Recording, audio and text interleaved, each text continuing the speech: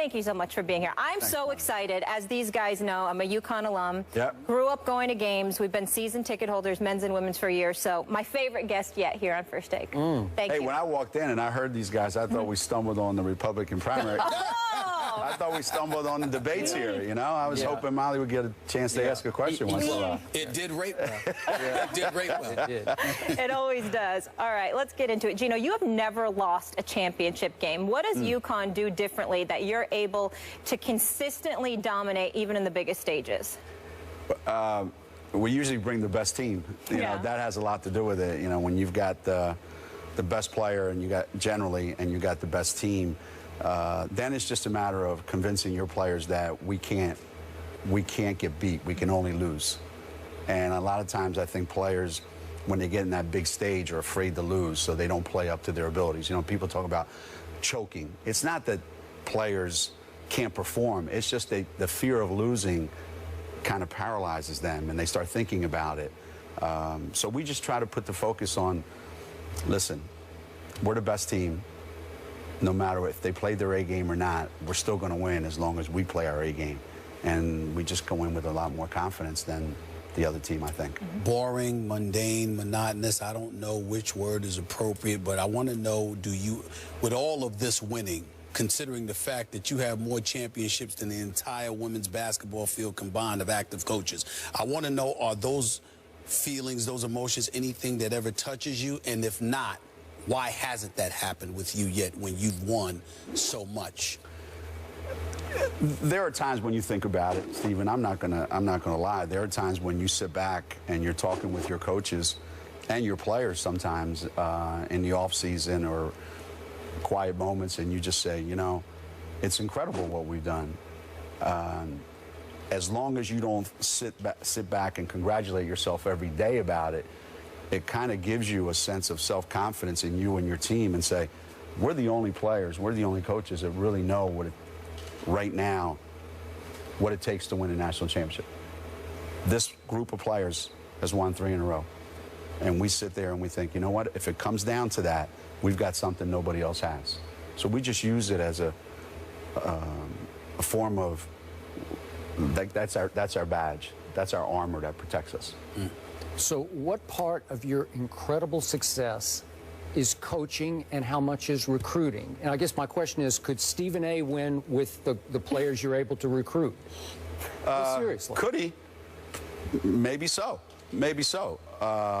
It would be like, could we throw any of you guys on American Pharoah and win the Kentucky Derby? He's the best horse, but probably not. So I think you have to have the best players, and you have to know how to put them in positions to be successful. Well, is it 50-50, would you say? I think coaches lose more games than they win. Wow. First, you lose in recruiting. You don't get the players. Yeah. Then when you do get them, you mismanage, or you put them in positions where they can't be successful. You put a guy who can only play in this part of the floor, and you try to make them play over here. Or you put them in a system that doesn't suit your players. Then I think coaches are losing games. If a coach just manages and puts them in a position where they can be great, then it's up to the players. I'm wondering, when I think about you and your coaching career, A, have you ever thought about coaching the men's program at UConn? And I mean, seriously, I've often wondered, because I think, and obviously you guys, I mean, Kevin Ollie guided them to the national championship, and we all know the history of UConn men's basketball. But considering what you accomplished, I've wondered if you ever thought about it and how badly you've ever wanted to do it, if at all. Not at UConn. Why not at UConn? Because I think we had a great coach, and we have a great coach now. I love baseball, and I used to play baseball all the time. And, you know, when your second baseman gets hurt, you don't put your shortstop over there because now you're lousy at both positions. So I would never want to put us in that situation. But there's been opportunities, but I'm at a stage in my life now where when I was 35 or 40 and that opportunity came along like it did later in life, who's to say I wouldn't have taken it? But right now, I'm kind of happy where I am.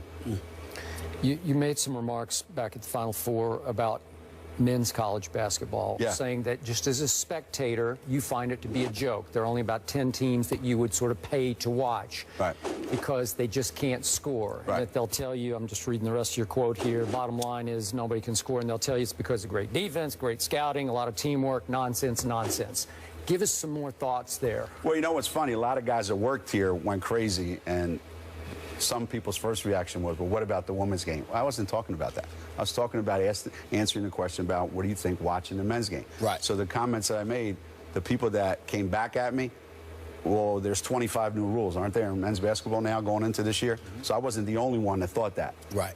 The way I said it leaves a lot to be desired, I think. But I think the game, when you've got that many good players on the floor, you can't be playing games in the 60s. I think coaches have too much control of the game in college. Like you look at the NBA, whether you have the best players or not, you're going to play by a certain standard of rules that are entertaining the fans. Remember when the Knicks used to win 80-75? When Patrick Ewing and Pat Riley, well, they looked around and said, this isn't very entertaining. Right. So I think we have to understand we're in the entertainment business. Yeah. And people want to come watch a game where they're entertained. Who wants to watch a game where you miss 6 out of every 10 shots? You can say, I could do that. I'm not going to, you're not going to pay to go to a concert and see Sinatra and go, he just got the first 3 songs half right. Fair, but I must ask you, would you rather lose pretty or win ugly? Well, I'd rather win. No, the reason I asked that question is because as a Knicks fan, looking at Ewing, Oakley, Charles, John Starks, all of these guys, I was saying to myself, well, it was what it was. A legitimate shot at a title. It was what it was, and they took advantage of the rules. Right. So I'm not criticizing them. I would do the same thing. But once you change the rules, now you will lose pretty. Right. No question. What difference does it make if you lose 60-40 or 100-80? But losing 100-80 is more appealing to fans watching the game. Right. You can convince people that you're playing good defense. You can't convince anybody that your offense is good when you're scoring 60. And I just think we're getting there. I think the men's committee did a great job, and they're getting there. And you're going to see a big difference this year. You're going to see the game being played. I think that's why some college coaches are going to the pros, because I think they're tired of that, like Billy Donovan or Fred Hoiberg. Yep. You know, these guys, I think they like the ability of, like, let's just let the guys play. Let's not strangle them.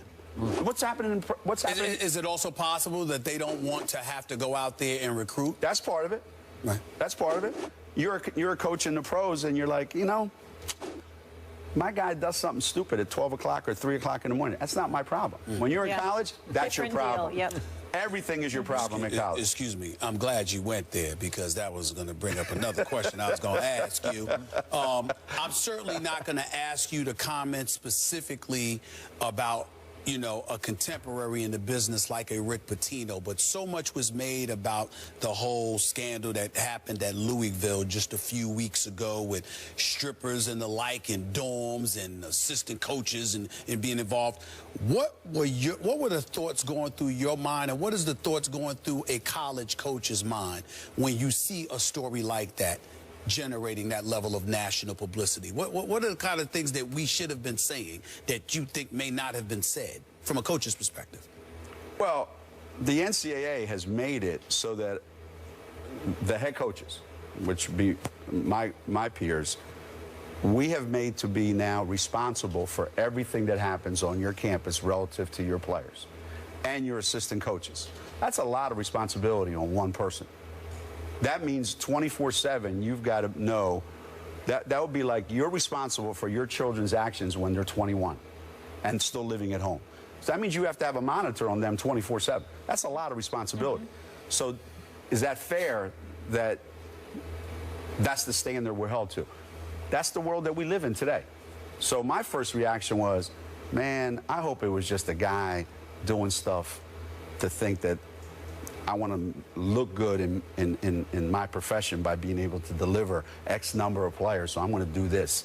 I hope that's what it was. That's my first thought. I hope that's all it was. But does that notion go flying out the window when you hear that this stuff was going on in the dorm on campus. It ain't like it was at a club off campus. It ain't like it was at a house party. I mean, this is on campus. Let me tell you something. Being a college coach for 30 years, I got to tell you, I bet you I don't want to know some of the stuff that's happened in dorms over the last 30 years that I've been at Connecticut.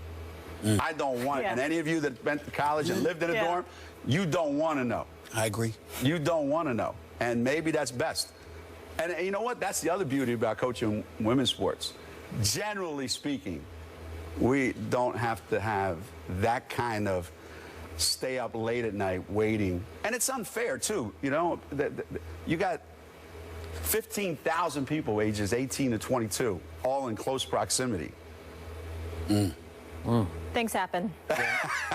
Last quick question. A lot happens. You grew up in Philly, an Eagles fan. Yeah. What shot do you give the Eagles to win the NFC East? Listen, how many people we got in this room? If we could put together 11 people in this room, we'd have a shot. So they have as good a shot as anybody. You know what we got to do? We got to stop squandering red zone opportunities. That's the key, isn't it? Yeah. I got an idea. Hand the ball to the running back a little more and let him go. I got an idea. How about Colin Kaepernick? Getting him from San Francisco to Philly. Why is he so great, though? He's just got benched. Same guy that got the team to the Super Bowl. Yeah. So Sam Bradford didn't do that. Something's not right. Hey, look, I don't coach that game. I just watch it. I enjoy it. And I just know that if you don't put 40 points up on the board anymore, it's hard to win in that league. Yeah. It seems like it anyway. It's like college football is the same way. And that's what I was saying about college basketball. Yeah. Every place else, it's about putting points on the board. You know? And the Eagles, they usually do that. I don't know. They used to. They usually do that. And they're going to do it Sunday night, too.